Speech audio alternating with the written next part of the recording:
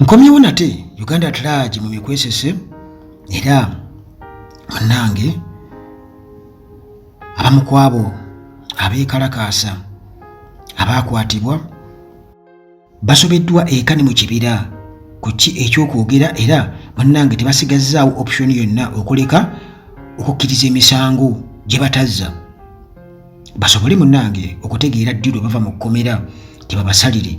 Kale munnange abeekalakaasi bano okuli Obalayi Siraji, okuli Muwanguzi Paul wamu ne Muganza Joseph, bano munnange bongedde okubeera nga babasiba emyezi emirala 4 n'olunaku lumu mu kkomera oluvannyuma lw'okukkiriza emisango gye batazza. Munnange embeera bwetyo bweri, bino byonna biri mu kkooti y'amagye era abasajja bano abasatu munnange babadde bamaze emyaka 4 mu kkomera nga tebatwalibwanga kuwozesebwa era nga bwe batyo kyabasusseeko nga tebasigazza mukisa gwonna okuleka okukkiriza obukkiriza nti emisango baagizza nga bino byonna mukugambye bibadde wali Makindye military court, kkooti y'amagye oluvannyuma lw'okubeera nti babadde babataddeko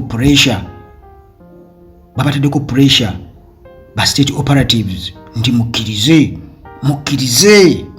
mubadde ki, mukkirize babasalire babaweeyo ebbanga ettonotono. Muganda wange era awo pressure zisobola okukuba, osobola okuvayo ng'olina ebirwadde. Naye wano ku Uganda at large ntera okubagamba nti waliwo omusawo owa ddala qualified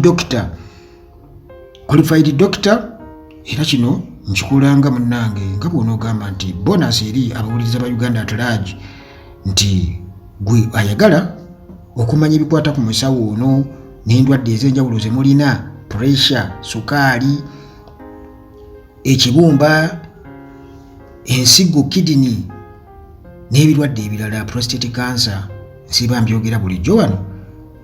Kale mu kifo ky'okubeera eyo ebirwadde bikuzuzumbye olumu n'essuubi likuggwemu, ky'oba olina okumanya nti Uganda eriyo abantu abaakuguka nga bali talented.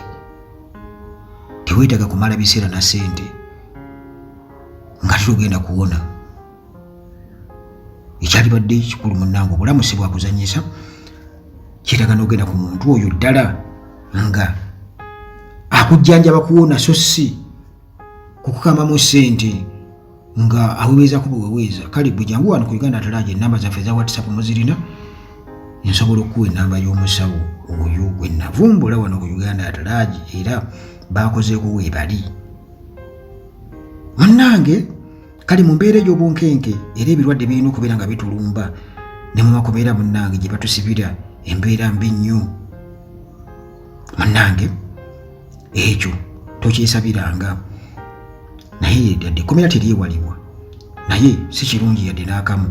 Kati bano muganda wange bwe bakusiba bakukutte oba mu kwekalakaasa oba bakuyodde buyoozi bwe batyo, ebyo byonna munnange gwe abeera abimanyi, naye bano bo bali ku kimu, olina okukkiriza nti wazza omusango.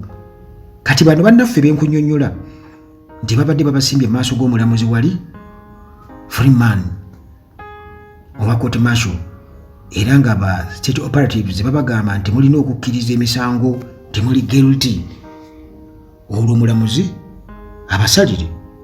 Kakati munnange bano abasibye olw'ebyobufuzi baali wamu ne ba Olivia Lutaaya, bano baateebwa era bano kitundu ku gurupu eyo eyali ennene ebadde evundira mu makomera era nga emisango gyakulya mu nsulukwe nakubasanga nabikozesebwa magye oba emmundu, amasasi n'ebintu ebirala bwe bityo gy'emisango gye babateekako.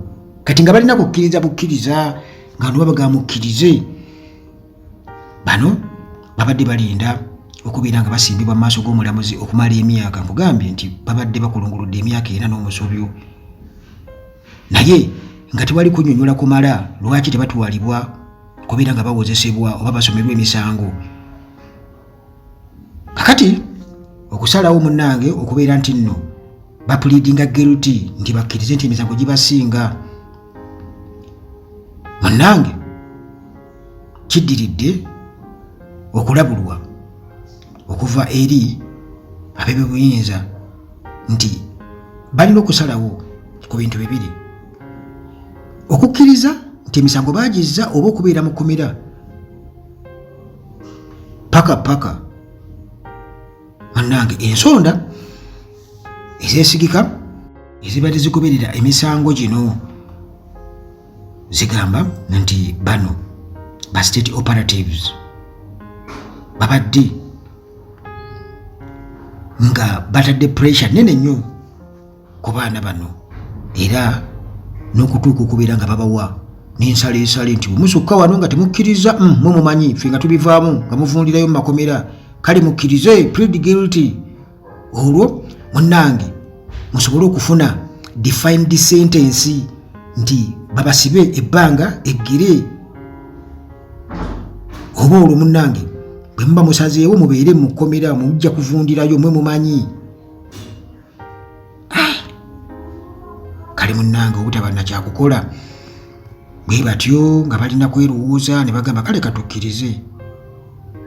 Era munnange okukkiriza kuno kiba kitegeeza nti nakwera kuliko consequences oba ebijjirako ebibi eby'amaanyi, era bw'oteebwa kitegeeza nti ojja kuba nga wavunaanibwako kulya mu nsi y'olukwe wamu n'okubeera n'ebyokulwanyisa mu bumenyi bw'amateeka. Era kitegeeza nti munnange ebiseera byo mu maaso babeera babikoseza kinene nnyo. Singa oba oyagala okufuluma wano e Uganda, kitegeeza obeera oliko ekintu ekyo nti walinako bino wakkiriza. Kale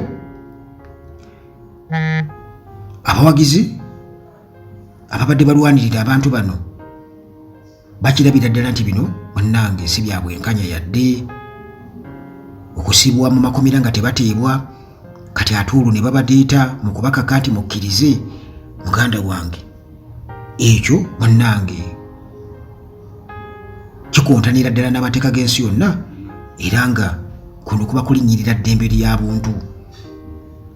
Kakati munnange okubeera nti nno bano bakkiriza emisango gino era ne gibasomerwa ne babasiba ebbanga ne babasalira emyezi 4, kiba kitegeeza nti kyongera okuba ebituli mu bwenkanya n'essiga eddamuzi wano e Uganda, ddala eri abo abawakanya gavumenti n'abasibe b'ebyobufuzi nti ddala basobola okubeera nti bafuna obwenkanya tekisoboka. Abalwanizi b'eddembe okwetooloola ensi yonna n'ebibiina ebirwanizi by'eddembe bavuddengayo ne bavumirira obukodyo buno obukozesebwa okukkirizisa abasibe ebintu bye bataakola nti ne bakkirize nti bali guilty oba nti gubasinga, n'okubeera nti nno munnange babasiba nga tebalaze ddino bagenda kubeera nga bavunaanibwa oba basomerwa emisango. Kale bino byonna byakusoomooza era nga biraga nti eddembe ly'obuntu wano mu Uganda kye kintu munnange ekikyali ewala ennyo.